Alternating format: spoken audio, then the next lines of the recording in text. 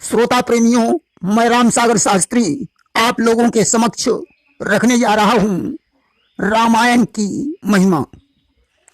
देखिए, राम की कथा कहाँ पाई जाती है? रामायण में। रामायण किसे कहते हैं? राम एष वैनम बराबर रामायणम। जिसमें राम का निवास हो उसे रामायण कहते हैं। रामायणों की संख्या अनंत है।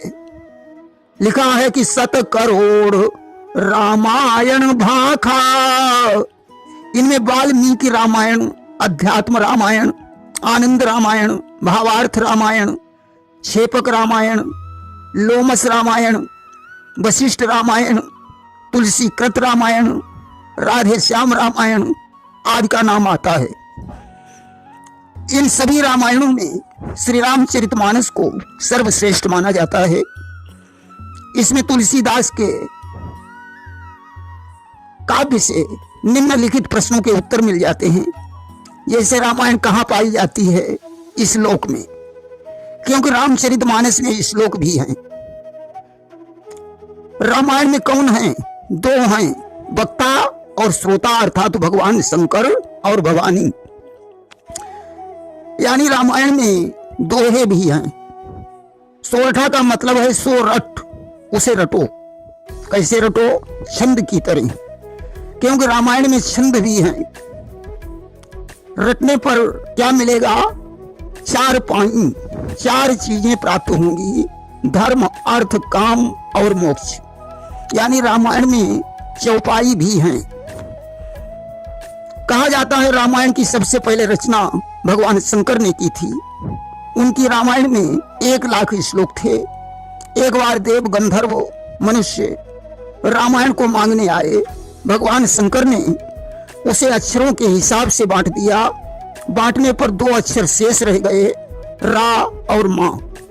भगवान शंकर ने उन्हें अपने कंठ में धारण कर लिया। देखिए, श्री रामचरितमानस की उत्पत्ति भगवान शंकर के मन से हुई है कि रचि महेश निज मानस राखा, पाई सुसमहु शिवासन भाखा। जिसे सुंदर समय देखकर उन्होंने पार्वती जी को सुनाया। अब प्रश्न आता है कि श्री रामचरितमानस का पहला श्रोता कौन है? अगर हम यह कहें कि पार्वती जी ही पहले श्रोता हैं, तो आगे एक चौपाई आती है कि सुन शुभ कथा भवानी, रामचरितमानस विमल, कहा भुसुंडी बखानी, सुना विहंग नायक गरुण। भगवान शंकर ने कहा, हे भवानी, श्री रामचरितमानस की उस शुभ कथा को सुनो जिसे कागभूषुंड ने सुनाया था और पक्षीराज गरुण ने सुना था। यहां सिद्ध होता है कि पार्वती जी से पहले गरुण जी कागभूषुंड से इस कथा को सुन चुके थे। लिखा भी है कि शंभु कीन्ह या चरित सुहावा, और बहुरी कृपा करियो मैं ही सुनावा। बहुरी यानी इसके बाद उन्होंने उमा को सुनाया। और सोई शिव काग भुसुंडी दीना, और राम भगत अधिकारी चीना। उसे शंकर जी ने भुसुंडी जी को प्रदान किया और भुसुंडी जी से इस कथा को याज्ञवल्क्य ने प्राप्त किया और याज्ञवल्क्य ने इसे भरद्वाज को सुनाया। अर्थात कागभूषुंड जी को महर्षि लोमस के द्वारा बहुत पहले यह कथा प्राप्त हो चुकी थी। हंस बनकर नील पर्वत पर भगवान शंकर ने कागभूषुंड से कथा सुनने के बाद इसे पार्वती जी को सुनाया था। देखिए, अन्य रामायणों में 8 कांड हैं, परंतु श्री रामचरितमानस में 7 कांड हैं। इसमें बाल कांड को राम के चरण, अयोध्या कांड को जंघा, अरण्य कांड को उदर, किष्किंधा कांड को हृदय, लंका कांड को मुख तथा उत्तर कांड को मस्तक माना जाता है। राम को परमात्मा, रावण को काम, पंचवटी को पंच प्राण, लक्ष्मण को वैराग्य, सीता जी को पराशक्ति, शूर्पणखा को मोह, अहिल्या को बुद्धि मानकर कुछ कवियों ने संबोधित किया है। अगर आदर्श बनना है तो रामायण पढ़नी चाहिए। देखिए, राम के जैसा पुत्र नहीं, दशरथ के जैसा पिता नहीं, वशिष्ठ के जैसा गुरु नहीं, भरत के जैसा भाई नहीं, सीता के जैसी पत्नी नहीं, राम के जैसा पति नहीं, कौशल्या के जैसी सास नहीं, दशरथ के जैसा ससुर नहीं। यह रामायण को पढ़ने से पता चलता है। गोस्वामी तुलसीदास का असली गुरु उनकी पत्नी रत्नावली है, जिसने उन्हें विरक्त बना दिया और तुलसीदास तुलसी के वृक्ष के समान बन गए। देखिए, भगवान ने थलचर में गजेंद्र का उद्धार किया, नभचर में जटायु का उद्धार किया, जड़ में अहिल्या का और चैतन्य में सुग्रीव विभीषण आदि का उद्धार किया। अगर हम उनके रूप रस की बात करें तो तपस्वी वेश शांत रस है, धनुर्धारी वीर रस, प्रिया के साथ श्रृंगार रस, निशाचरों का वध करते हुए रौद्र रस, सीता के विरह में रोना वियोग रस कहा जाता है। जो ब्रह्म को जान लेता है वह ब्रह्म ही हो जाता है। ब्रह्मविद ब्रह्मैव भवति। शिव धनुष क्या है? प्रणवो ही धनु, ओंकार या ज्ञान ही धनुष है। गुरु क्या है? गु माने अंधकार, रू माने प्रकाश। जो अंधकार से प्रकाश दिखाते वही गुरु है। विद्या क्या है? ईश्वर की सर्वज्ञता ही विद्या है। मूक क्या है? मूक 3 प्रकार के होते हैं, वचन मूक, अज्ञान मूक और धर्म मूक। कुमार किसे कहते हैं? कु माने पृथ्वी, मार माने कामदेव। जो पृथ्वी का कामदेव है उसे कुमार कहते हैं। सत्यव्रती किसे कहते हैं? जिसे सत्य के प्रति निष्ठा हो। शिव का अर्थ है कल्याण, शंकर का अर्थ है सम करो तीति सह शंकर।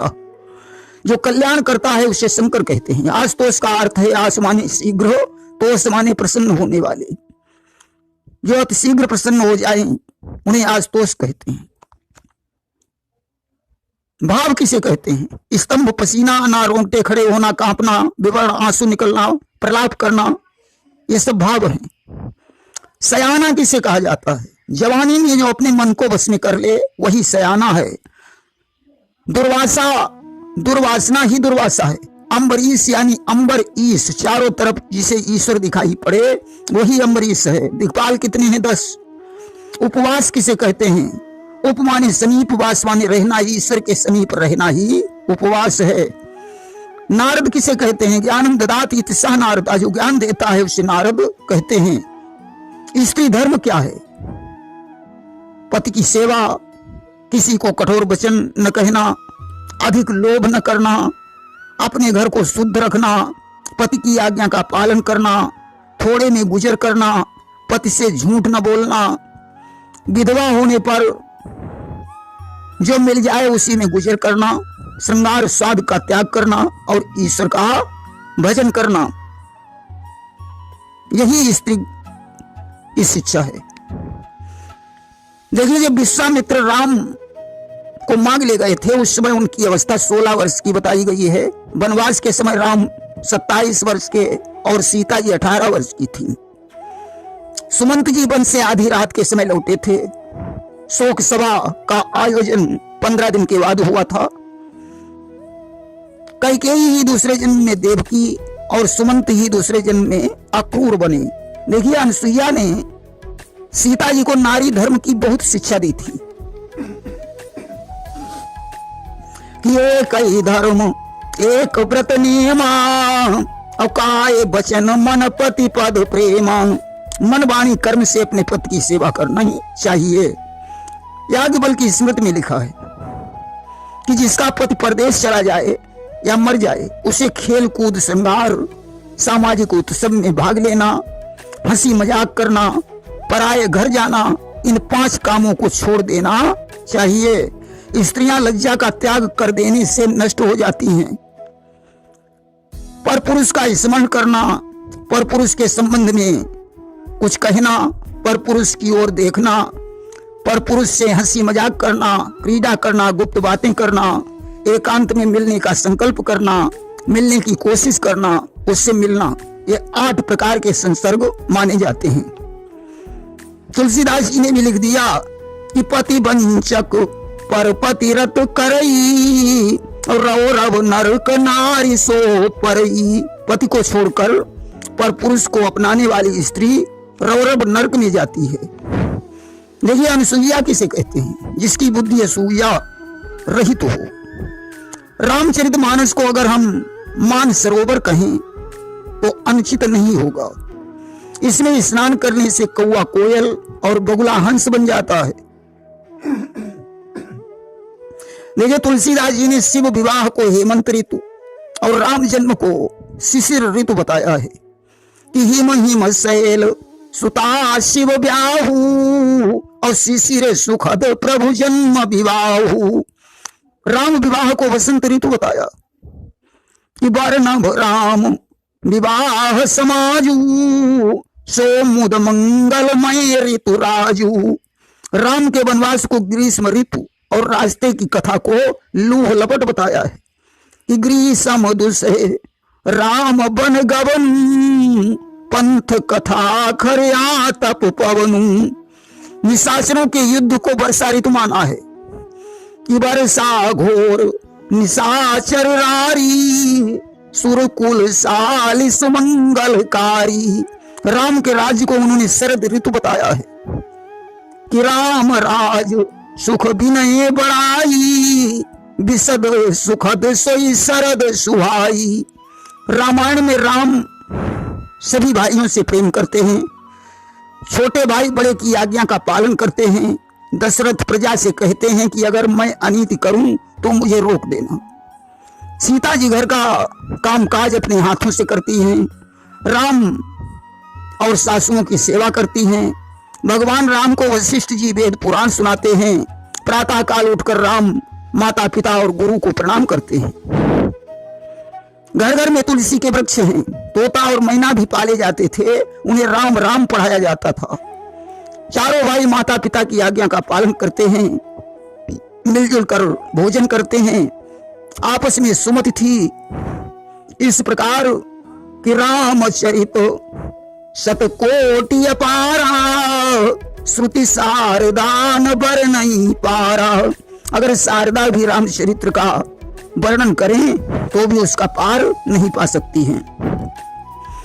देखिए राम के परम धाम गमन की चर्चा रामायण में नहीं है, क्योंकि पार्वती जी ने शंकर जी से 2 विभाग में प्रश्न पूछे थे।